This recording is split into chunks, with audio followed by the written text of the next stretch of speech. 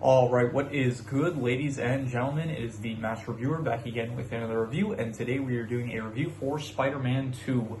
This came out in 2004. It is technically a rewatch for me, but again, similar to the first film, it has been so many years since I've seen this film that a lot of the details I did end up forgetting, and so yeah, make of that what you will.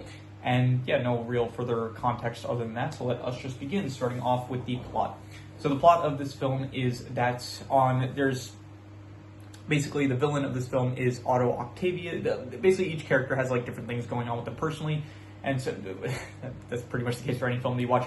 Otto Octavius, he is the villain. His goal is basically he wants to create this technology that will provide unlimited energy. Basically he describes it as having the sun in the palm of your hands, and so he ends up, he can't directly, like he needs to create these special robotic arms in order to be able to work the machine that creates the unlimited energy, and so he uses an AI for those arms, and then in order to make sure that the AI doesn't end up taking over his brain, he ends up making he creates some sort of chip that prevents the AI from taking over his brain, basically. But during the demonstration, he miscalculated, so it ends up going wrong. The chip ends up getting destroyed.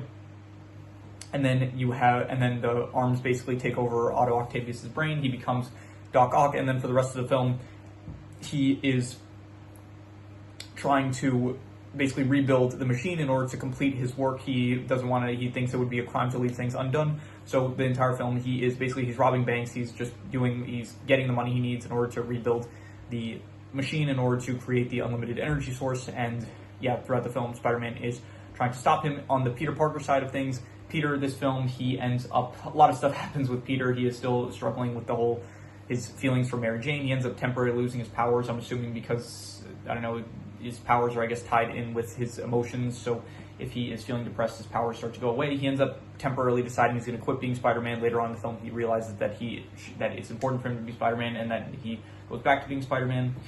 But that's like a lot of the stuff that's going on with the Peter Parker side of things. He's also like struggling balancing his Spider-Man life with his job, along with university and stuff, or college, whatever it is that he's in. And so, yeah, that is what's going on with the Peter Parker side. Mary Jane, she is, I guess, successful. She's in theater, and she is doing performances and stuff like she wanted in the last film.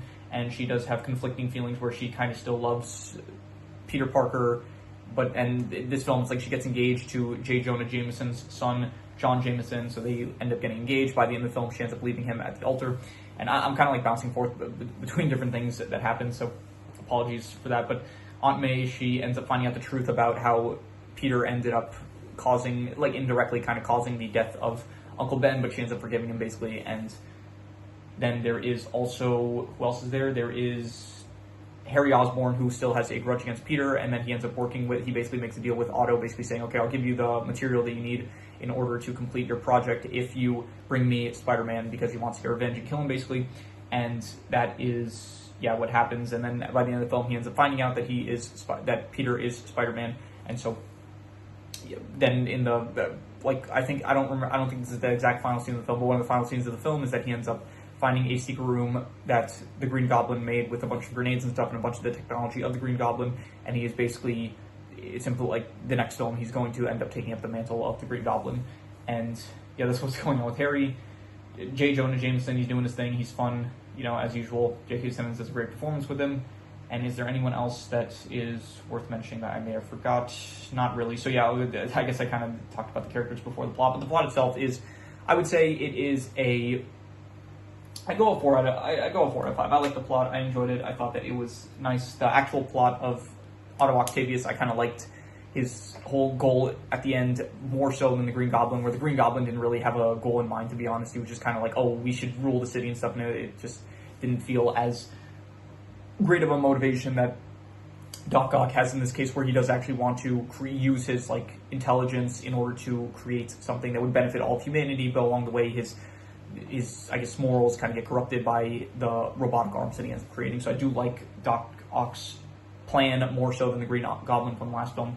And yeah, I kind of like the fact that we're not so much in the origin story as much, where the last film, it very much was the classic origin story. And it's not a bad origin story, but just the fact that it's so iconic at this point and everyone knows it, it just is a bit, it's a story that I've seen before. So just the fact that it's okay, it's this origin story that I've already seen before, and it's like, okay, I'm just, I wanted something a bit new, and in this case, it was, like, we're actually, like, at this point, we don't have to, like, worry about, setting up the fact that, that's, like, a big issue with a lot of superhero films. It's like, anytime you do a reboot of a superhero film, a lot of the time it's like, okay, you don't want to. I think that's what they did with the newest Superman movie, where it's like, it's not an origin movie because we've already had origin movies.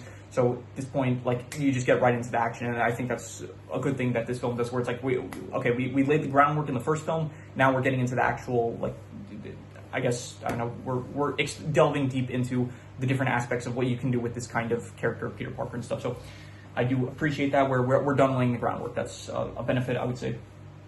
And yeah, overall, I still don't really like the romance between Peter Parker and MJ. And to be honest, I was thinking about this, I don't really care for any, as of this point, there's been no Marvel romance that I think I really cared for. I think the closest one was honestly probably the last film between the Punisher, Frank Castle, and Joan from, so that was like the best romance so far that I think that there was.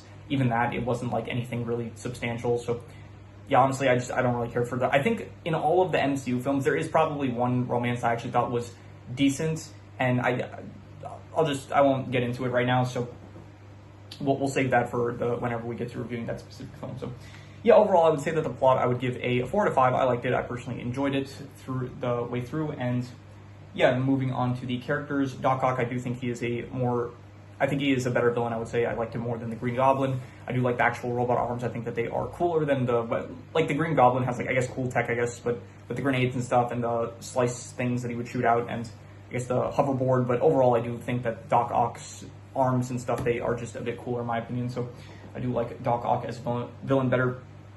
Spider-Man, he's good. I do like, once again, we're done laying the groundwork. So in this case, it's like he is battling with different, what he should do, like the gifts that he has, and so the responsibilities that he himself is obligated to complete. Like, he struggles with, okay, should he pursue what he personally wants as Peter Parker, or should he stick with being Spider-Man because that is ultimately the right thing to do. So I do like that kind of battle that he has with himself, and I do like that a lot of the stuff in his life ends up falling apart. Like, he ends up kind of, I guess, temporarily losing MJ. She is disappointed with him. He's like failing in university and stuff. Aunt May, she ends up getting upset with Peter. Like, Peter is really down on his luck in this film, it feels like, which I do think it is. I thought it was good. I thought it was, I guess, cool. Not cool to see. Like, I thought it was good for the character. I'll say that. Besides Doc Ock and Peter Parker, MJ, I don't really care for the romance she has with Peter. I will say, I guess it was slightly better, this film, because they kind of focus more on, like, if it is good for Peter Parker to pursue his feelings for MJ, or if he should just put those aside in order to ultimately be Spider-Man. So I did like that. At least in this film, they kind of created a bit more of a moral conflict of what Peter Parker should do. So yeah, Aunt May, she was fine. No real thoughts about her. Norman Osborn, he makes a brief cameo at the end of the film. Harry is not in this film too much, and the entire time he's just like, I want revenge on Peter. And it's honestly, I don't really like these characters too much that are just like, they're so hell-bent on revenge that it's like the only thing, it causes them to, like, their mind gets clouded. It's like, Harry loses everything during the experiment that goes wrong with Otto Octavius, and then after that goes wrong, it's like, okay, the only thing I have left now is Spider-Man, like, my revenge for Spider-Man. It's like, you have nothing else going on in your life, like, so, I don't know, a bit of a nitpick, but whatever. Like, handling revenge, like, you gotta handle, like, I don't know, something like John Wick, that's like revenge, I feel like, kind of handled well. In this case, it just feels unwarranted, I guess. So I got, even like in the Daredevil film, like Daredevil 2003, like the revenge that Elektra was going after Daredevil because she thought that he, I don't know, just, I don't know, I don't think the MCU, this isn't the MCU, but I don't think, I guess, Marvel film, like, here, The Punisher, that was a good example of a revenge plot, I guess. So if you're going to do a revenge arc with a character, like, I guess for me personally, it's kind of hit or miss a lot of the time, so I thought that this was a miss in my opinion. And anyway, besides those characters, anyone else worth mentioning? There are a lot of, not cameos specifically, but you do see Dr. Curtis Connor, like the Lizard, who doesn't end up becoming a character. Like, we will see the Lizard in The Amazing Spider-Man, but for now, he is just a background character. He is one of Peter's professors, so that was cool to see. Mysterio, I think, makes a cameo. Bruce Campbell, apparently he plays like the usher guy, and that was apparently supposed to be the villain for the fourth Spider-Man film, which never ended up coming to be. So cool that at least in the universe there is kind of a nod to Mysterio, and they do mention Doctor Strange, which was cool to see, I guess. So yeah, there's also Mr. How do you pronounce the name? Ditkovich. Yeah, he is Peter's landlord, always asking about the rent, and I guess he was fine. There was also his daughter that was, I think she's kind of being, I don't know, I think in the next film, I think maybe she's meant to be a love interest for Peter, but I'm not sure about that. So Joel McHale is actually also in this. He plays the banker that Aunt May and Peter go to. So, and once again, obviously, J. Jonah Jameson, great character. Yeah, J.K. Simmons, just this is honestly one of his best roles, I think, and yeah, he is just very fun as a character as usual. So, yeah, overall, the characters, I would give probably I go like a 7 out of 10. I feel like I've been giving a lot of 7 out of 10s for characters lately, but yeah, a lot of stuff I've been reviewing have just had pretty good characters. In this case, there are characters I very much like Otto Octavius, as well as I think Peter Parker is better in this film. But then there are some characters like I don't know, MJ, Harry, Aunt May, even to an extent, just some characters that are just bringing it down a bit more. So I'm balancing out with a lot of 7 out of 10s recently, so pretty good, I would say. In terms of the settings, I did like New York this time around. Like, it was a fine setting in the last film, but this film, it did feel a bit more substantive with the whole railway sequence where Peter ends up stopping the train from flying off of the rails when Otto ends up setting it to the highest speed. So I thought that was like a nice, it made use of the environment a bit, which I did like. And yeah, besides that one scene, just some more buildings here and there, some more of Peter swinging across New York City. We have some of that. So I'll say a 6.5 for the settings. I did think it was probably, I noticed it a bit more than the last film where, I'll say this here, I just remember now, there are a lot of action sequences where you do have Otto Octavius and Peter, they are fighting on like the sides of buildings, which I did think was good. So I'll go with 6.5 for the settings. I did like the settings and the way it was utilized for a lot of the action sequences. So, and we'll use that to transition into the action sequences. The action, I would give probably I'll go like a 6.5.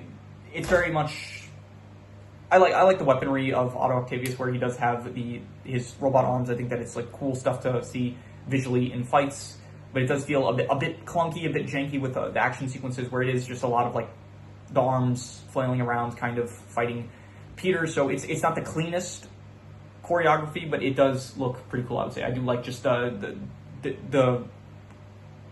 arms themselves are, I think, pretty cool weapons to use, and so I'll go a 6.5 for the action. I would say it was good action, but again, just like a bit messy at times, I felt like. So in terms of the worst thing, I would say that the worst thing was probably, I don't know, just a lot of like just some more stuff, I guess, with like the romance and just, yeah, I'd say just like the romance with MJ. I think that's like the only thing that really comes to mind, as well as I guess maybe, I don't know, some moments with Harry just being obsessed with revenge, which didn't bother me as much. I'll say the romance, just a lot of the stuff between Peter and MJ, it's just still not really working for me. It doesn't really ruin the film, but they do spend a lot of time on that stuff, and it's just not, like, I don't know, it doesn't work for me.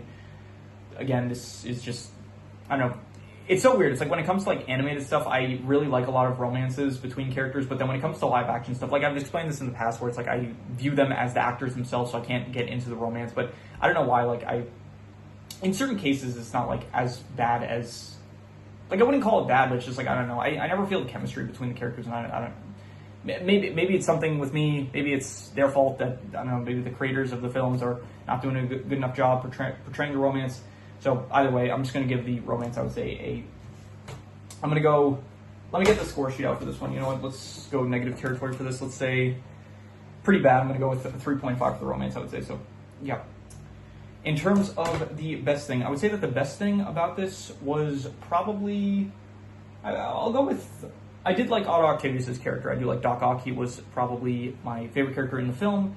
And to be honest, probably him and J. Jonah Jameson, I would say, but even so, Doc Ock kind of steals a bit more of the spotlight this film because he is the main villain. And so I'll go with, I'll say specifically Doc Ock and J. Jonah Jameson. I will give them, I'll say an 8 out of 10. I'll say that they are great. Maybe even amazing, but I'm going to be a bit harsh with it. I'm just going to call them great. I would say 8 out of 10. And yeah, that is what I would give the best game, the best score, I would say. Anyway, some extra notes I wrote down.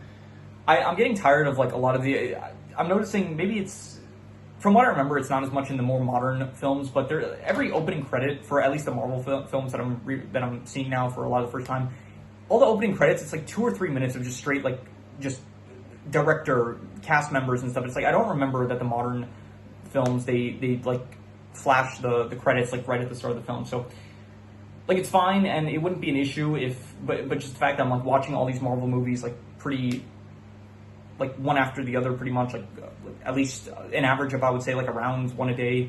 So, I'm just getting tired of, like, every film starting off the same way of just, like, showing the credits with, like, these visuals and stuff. And this film, I will say, it did a bit of a better job, where it did show, like, some comic book panel scenes of some scenes that were in the first film, but even so, I'm just getting a bit tired of, like, these opening credits for each of the films. I mentioned my thoughts on the romance, not really for me. I would say I did like the references of Lizard, Mysterio, Doctor Strange, all that stuff. I did like the origin of Otto Octavius. I thought that was like a better actual origin of like the experiment going wrong and stuff, and ends up like turning him evil with the chip ends up going haywire, and so the arms kind of take over Otto's brain.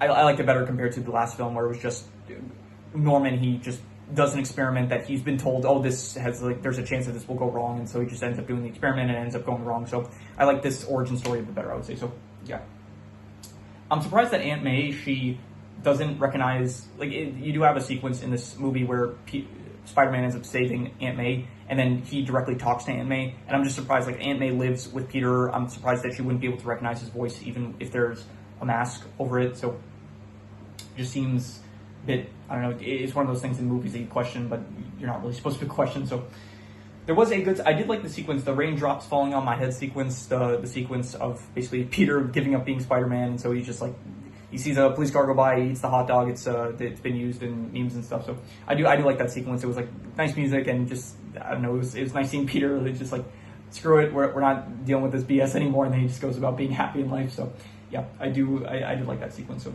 definitely good sequence there. And yeah, that is pretty much all the extra notes I have, so I'm going to do the calculations. So King Crimson.